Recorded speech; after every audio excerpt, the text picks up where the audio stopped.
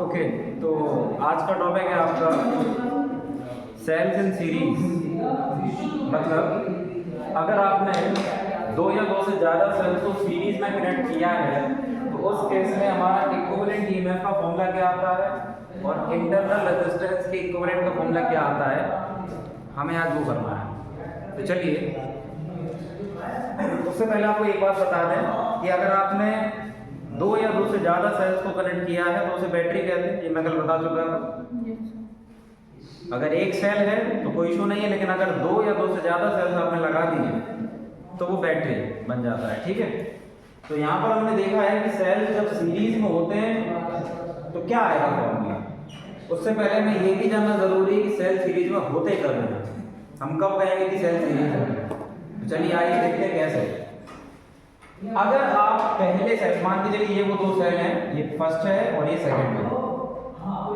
अगर पहले सेल का पॉजिटिव टर्मिनल दूसरे के नेगेटिव से कनेक्ट हो, पहले सेल का पॉजिटिव टर्मिनल दूसरे के नेगेटिव से कनेक्ट हो, या पहले सेल का नेगेटिव टर्मिनल दूसरे के पॉजिटिव से कनेक्ट हो, दैट मीन्स अगर अपोजिट टर्मिनल आपस में कनेक्ट कर दिए जाएं तो हम कहेंगे कि वो सेल आपस में कैसे हैं, सीरीज में। और साफ दिखाई दे रहा है एंड टू एंड कनेक्शन है, जैसे रजिस्टर में था वैसे यहाँ पर भी है। तो जब आप end to end connection provide करते हैं तो वो क्या बन जाता है, सीरीज कॉम्बिनेशन बन जाता है। क्या बन जाता है, सीरीज कॉम्बिनेशन। क्लियर है बात? अब वैसा ही यहाँ पर भी है कि सेल्स को जब आपने end to end connection provide किया है तो वो भी क्या बन गए, सीरीज कॉम्बिनेशन में आ गए। क्लियर है बात? अब डेफिनेशन में आप देख सकते हैं सेल्स को सीरीज में कब कहा जाता है, जब पहले सेल का नेगेटिव टर्मिनल दूसरे सेल के पॉजिटिव टर्मिनल से कनेक्ट होगा और वाइस वर्सा, यानी कि इसका उल्टा भी। मतलब पहले सेल का पॉजिटिव टर्मिनल दूसरे के नेगेटिव टर्मिनल से अगर कनेक्ट होगा, ऐसे ही and so on. And so on का मतलब ऐसे दूसरे के नेगेटिव टर्मिनल से थर्ड वाले का पॉजिटिव टर्मिनल कनेक्ट कर दिया जाए। आप जितने भी सेल्स लगाते जाएं बस अपोजिट पोलैरिटी के साथ आपस में कनेक्ट करते जाएं तो हम कहेंगे कि वो आपस में सेल्स कैसे हैं, सीरीज में। इस केस में हमें ये देखना है कि हमारा इक्विवेलेंट का फॉर्मूला क्या निकलेगा। तो चलिए देखते हैं। जैसा कि आप जानते हैं कि सीरीज सर्किट में क्या सेम रहता है, इलेक्ट्रिक करंट या पोटेंशियल डिफरेंस,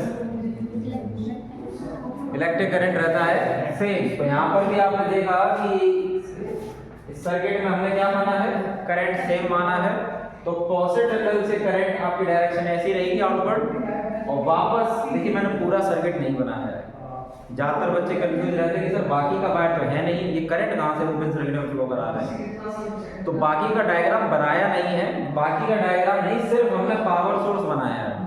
बाकी का डायग्राम क्या बनेगा, एक रेजिस्टेंस लगा दो ऊपर तो सर्किट बन जाएगा। तो मान लीजिए कि ऊपर एक रेजिस्टेंस कनेक्टेड है, ठीक है, तो करंट की डायरेक्शन यही होगी पॉजिटिव टर्मिनल से नेगेटिव टर्मिनल की तरफ। तो कोई ये ना सोचे कि सर ये ओपन सर्किट में करंट कहां से आ गया। हमने सिर्फ पावर सोर्स बनाए हैं, बस रेजिस्टेंस नहीं बनाया है, एक्सटर्नल रेजिस्टेंस नहीं बनाया है। ठीक, मान लीजिए अगर होता भी कनेक्ट तो क्या होता, हम यहाँ पर उसे कनेक्ट करते तो उसकी डायरेक्शन भी यही होती पॉजिटिव टर्मिनल से नेगेटिव। चलो एक बार बना के दिखा देता हूँ आपको। मान लीजिए ऐसे, मान लीजिए कि अगर कनेक्ट होता है यहाँ पर एक एक्सटर्नल रेजिस्टेंस, मान लीजिए ये एक्सटर्नल रेजिस्टेंस है, और ये कनेक्ट होता तो इस तरीके से कनेक्ट होता तो करंट की डायरेक्शन यही तो होती पॉजिटिव टर्मिनल से। तो बाकी का सर्किट मैंने दिखाया नहीं, मैं सिर्फ पावर सोर्स में दिखा रहा हूँ। क्लियर है? इसी वजह से पॉजिटिव टर्मिनल से करंट क्या है, यहाँ पर आउटवर्ड है, और यहाँ पर वापस क्लोज सर्किट बनाते हुए नेगेटिव टर्मिनल से एंट्री होगी। क्लियर? चलिए, अब हमने पहली वाली, अच्छा करंट तो सेम रहेगा, तो हमने करंट यहाँ पर भी आउटवर्ड जो आई था वही इनवर्ड आई है।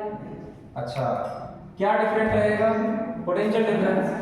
बैटरी के केस में, सेल के केस में हम क्या कहते हैं, टर्मिनल पोटेंशियल डिफरेंस कहते हैं। तो हमने मान लिया कि पहले वाले का टर्मिनल पोटेंशियल डिफरेंस क्या होगा, ए और बी के अक्रॉस होगा, जिसे हमने क्या माना है, VAB। क्या माना है, पहले ए पर क्या माना है, VA पोटेंशियल, बी पर कितना माना है, VB पोटेंशियल, सी पर कितना माना है, VC पोटेंशियल।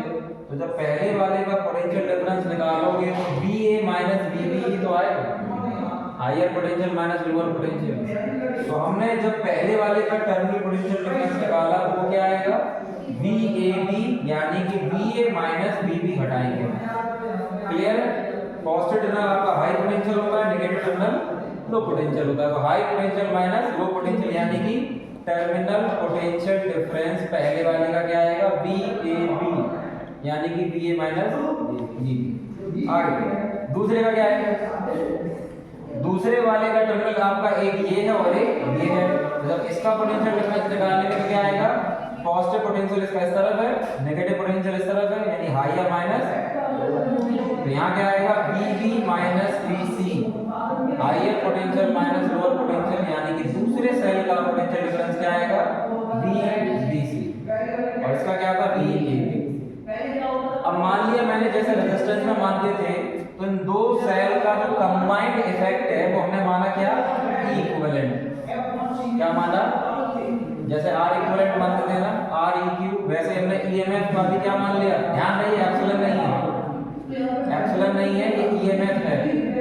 तो हमने ये मान लिया कि इनका जो नेट EMF, रिजल्टेंट EMF जो आएगा कंबाइंड इफेक्ट वो आएगा EQ। वैसे इनके का बैटरी का जो इंटरनल रेजिस्टेंस था R1 और R2, तो इनका भी इक्विवेलेंट क्या माना हमने, REQ। बाकी की करंट की डायरेक्शन वैसी है, पॉजिटिव टर्मिनल से आउटवर्ड, नेगेटिव टर्मिनल से वापस एंट्री। क्लियर है, समझ में आ गया? अब आ गया तो आपने भी इससे पहले मैं आपको फॉर्मूला बता चुका हूँ, क्या था, जो EMF का फॉर्मूला होता है वो V प्लस IR होता है। जो टोटल EMF होता है वो terminal potential difference plus I into small r के बराबर ही तो होता है। तो जब आप V निकालेंगे यानी टर्मिनल पोटेंशियल डिफरेंस निकालेंगे तो क्या आता है, EMF minus IR। Terminal potential difference क्या आता है, EMF माइनस, चलिए भाई पहली वाली सेल का निकालते हैं। तो potential difference across the terminals of first cell, पहली सेल का पोटेंशियल डिफरेंस क्या है, VAB, अभी बता चुके थे। और VAB कब आएगा, जब VA में से VB घटाएंगे। जरा इस फॉर्मूले के हिसाब से आ जाए, तो पहले वाले का EMF माइनस IR करना है, तो पहले वाले का EMF क्या है, E1 माइनस IR करना है, I तो सेम है, लेकिन R की जगह क्या आ जाएगा, R1। इतनी बात क्लियर हुई कि नहीं? आगे ऐसा ही काम हमें दूसरे सेल के लिए करना है। तो पोटेंशियल डिफरेंस यानी कि terminal potential difference across the terminals of second cell, दूसरी सेल के लिए क्या है, VBC, higher minus lower, VB minus VC। उसके बाद EMF माइनस IR होता है। तो दूसरे वाले का EMF क्या है, E2, IR तो सेम रहता है, सीरीज है, तो बचा क्या, R2। ये आ गया पहले वाले सेल का टर्मिनल पोटेंशियल डिफरेंस, ये आ गया दूसरे वाले सेल का टर्मिनल पोटेंशियल डिफरेंस। यहाँ तो कोई डाउट?